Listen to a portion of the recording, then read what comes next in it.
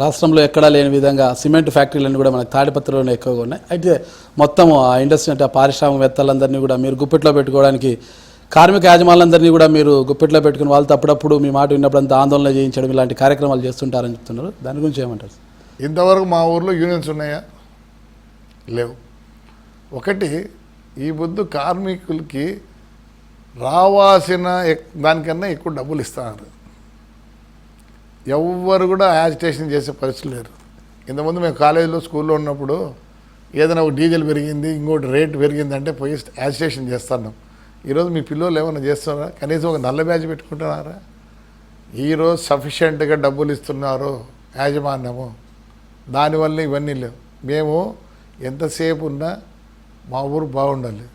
ఈ రోజులో మా ఊర్లో ప్రతి ఒక్కడు 3 పూట్ల అన్నం తింటున్నాడు. ఎందువల్ల? ఇండస్ట్రీస్ వల్ల. మేము ఎప్పుడు స్ట్రైక్ చేయలేదే. అంటే మీరే అంటున్నారు ప్రజలంతా కూడా 3 పూట్ల తింటున్నారు. అయితే ఇక్కడ నిరుద్యోగ సమస్య, ఇన్ని ఫ్యాక్టరీలు ఉన్నా కూడా నిరుద్యోగ సమస్య ఎక్కువగా ఉందని చెప్తున్నారు. నిరుద్యోగ సమస్య ఉందంటే నాకు అర్థం కాదు. ఇప్పుడు మా ఊర్లో ఫ్యాక్టరీలు ఉన్నాయి. కొన్ని పనులు చేసేదానికి రెడీగా ఉన్నారు జనం, అన్ని పనులు చేసేదానికి రెడీ లేరు. మరి స్వీపర్ పోస్టుకి 50,000 ఇస్తారు. వస్తారా? ఎవరైనా వస్తారా చెప్పండి. అట్లా ఈ కాలంలో నిరుద్యోగం అంటే నేను ఒప్పుకోనండి. ఒకప్పుడు మా నాన్నకాలంలో అంటే మాకు ఏం లేదు, అప్పుడు అగ్రికల్చర్ చేయాలా అనేది ఒకటి ఉండేది ప్రజల్లో, వేరే ఉద్యోగం లేదు. ఈరోజు ఏముంది చెప్పండి? ఏమి చేస్తే పని లేదు. ఎందుకంటే నాకు చాలామంది వచ్చి ఏం రా అంటే సర్చింగ్ ఫర్ జాబ్ అంటే నాకు చాలా కోపం. Job is there but you are not able to do it. ఏదో నేను ఇంజనీర్ చదువుకునే నాకు టేబుల్, ఒక కుర్చీ, ఒక ఫ్యాను, ఒక పెన్ను కావాలని ఉన్నారు.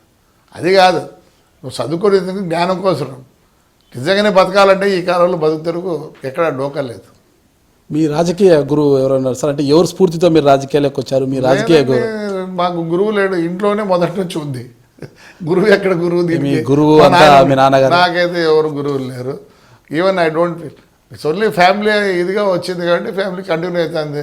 అట్లా చూసుకుంటే మా మామ కూడా రాజకీయ నాయకుడే, నా వైఫ్ ఫాదర్ కూడా నల్లబెల్లి శ్రీనివాస్ గారు. అంటే ఇది చెప్పేది ఇది గురువులు రాజకీయానికి గురువులు నేర్పిలేరండి. It has come from you only. రాజకీయానికి గురువు అయితే లేడు. అంటే తాడిపత్రిలో మీరు వారంలో ఎన్నిసార్లు ఇక్కడ నివాసం ఉంటున్నారు? అంటే ఎక్కడెక్కడ? నేను ఎక్కువ ఇక్కడ ఉంటాను. అంటే రోజుకి ఎన్ని గంటలు పనిచేస్తారంటారు మీరు? నేను పల్లెలకు మటుకు కనీసం వారంలో 4 రోజులు ఏదో ఒక పల్లెల్లో ఉంటాను. By 8:30 I on the villages. I go round the villages. I go and speak to అందరితో మాట్లాడతాను. అంటే ఇప్పుడు మీరు అంటే వైసీపీలోకి ఎలా విరుగు మీరు వెళ్ళలేదు అంటే కాంగ్రెస్లో ఇమ్మడలేకనే టీడీపీలోకి వెళ్ళాల్సి వచ్చిందా? టీడీపీ నుంచి ఏమైనా పిలుపు వచ్చింది అంటారా మీకు? కాంగ్రెస్లో ఇమ్మడలేక కాదు, కాంగ్రెస్ ఏమనండి నేను, బికాజ్ ఓన్లీ డివిజన్. అదర్వైజ్ మేము కాంగ్రెస్ వదిలిపెట్టే ఇది ఇష్టము లేదు. మా అన్నగారు రావాలని పాపం చాలా బాధపడ్డాడు, చాలా తపన పడ్డాడు. ఒకటే అన్నాడు, రే ఈ శరీరమే కాంగ్రెస్ రా, ఈ రక్తం కాంగ్రెస్ రా, అవసరమైనా నేను మళ్ళీ ఏదైనా కావాల్సిన అవసరం మీరు వెళ్ళండి. జేసీ దివాకర్ రెడ్డి కుటుంబం అంటే మొదటి నుంచి కాంగ్రెస్ వాదులుగానే గుర్తింపు. మేము కాంగ్రెసే. Congress has given everything to us. Today we are like this అంటే కాంగ్రెస్. నేను ఎప్పుడు కాంగ్రెస్ తప్పు పట్టాను. కాంగ్రెస్ డివిజన్ చేసింది కాబట్టి పోయినాం, కానీ ఏది ఆశించితే పోలేదు ఎక్కడికి. కానీ నాకు మొదటి నుంచి చంద్రబాబు అంటే ఒక విధమైన ఇది హీ హ్యాస్ అ విజన్ అనేది మొదటి నుంచి ఉంది. Clean and green. నేను మున్సిపల్ చైర్మన్ కూడా క్లీన్ అండ్ గ్రీన్ పెట్టినప్పుడు ఆయన పోగిండే. అలా ఉన్నప్పుడు మీరు మళ్ళీ రఘువీరారెడ్డి గారు లాగా కాంగ్రెస్లోనే ఎందుకు ఉండలేకపోయారు? టీడీపీకి ఎందుకు వెళ్ళాల్సి వచ్చింది? ఎవరు? మేమా? అరే డివిజన్ చేసింది ఏం చేయాలి? ఆయన ఎందుకు ఉన్నాడంటే ఆయనకు రాజ్యసభ మెంబర్ ఇస్తారు కర్ణాటకలో అని చెప్పి ఉండేవాళ్ళు ఉన్నాడు. ఇంకా ఎప్పుడు ఉంటాడు చూద్దాం, ఉంటాడు లేదు. రేపు ఆ పదవి ఒకటి ఉంది, 100 పదవి పోతే వైఎస్ఆర్లకి ఇంకో దానికి బీజేపీలోకి పోతాడు. Is from BJP, is not from Congress. మా అన్నగారు తెచ్చారు ఆయన్ని కాంగ్రెస్లోకి. ఇవాళ బీజేపీ ప్రో బీజేపీ వాస్. పోతాడు ఎప్పుడో తిన. ఆ పదవి రోత పోతే ఉండడు. టీడీపీ నుంచి మీకు ఆహ్వానం వచ్చిందంటారు అప్పుడు పార్టీలోకి? మాకు ఖచ్చితంగా వచ్చితేనే పోయినాం. మేముగా అయితే టీడీపీలోకి మేము పోయి అడిగింది లేదు. అంటే ఆహ్వానం వస్తే ఆ రోజు చంద్రబాబు నాయుడు గారు దివాకర్ రెడ్డి గారికి తాడిపత్రి నుంచి ఎమ్మెల్యే టికెట్ ఇస్తే ఎక్కడ తనకు ఏకమేక కూర్చుంటాన ఉద్దేశంతోనే పార్లమెంటుకు పంపించారని, తాడిపత్రికి ఇతర ప్రాంతాల నుంచి కానీ జిల్లా నుంచి మరొకరిని నిలబెట్టారనేది ఉంది.